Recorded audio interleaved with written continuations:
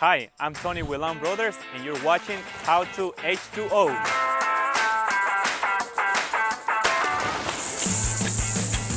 Today I'm going to show you how to fix or repair a broken or leaking sprinkler. The three most common issues that you're going to find when you're fixing your sprinkler is going to be a broken riser, a damaged sprinkler head, or a really old sprinkler that leaks from the top or the bottom.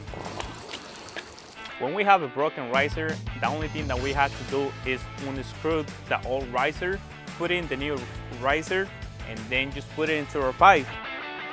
And then it's done. So now I'm gonna teach you how to replace the sprinkler head. Push it up from the bottom until you're able to remove the head and the filter. We put our new filter in and the new sprinkler head. And it's done. If you need to replace the sprinkler, first thing is to remove a little patch of grass to have a space to unscrew the old sprinkler. Once it's out like this, we're ready to put our new sprinkler in. Put it back like this. Final step, put your grass back. And now we have a new sprinkler. I'm Tony with Lam Brothers. Thanks for watching How to H2O.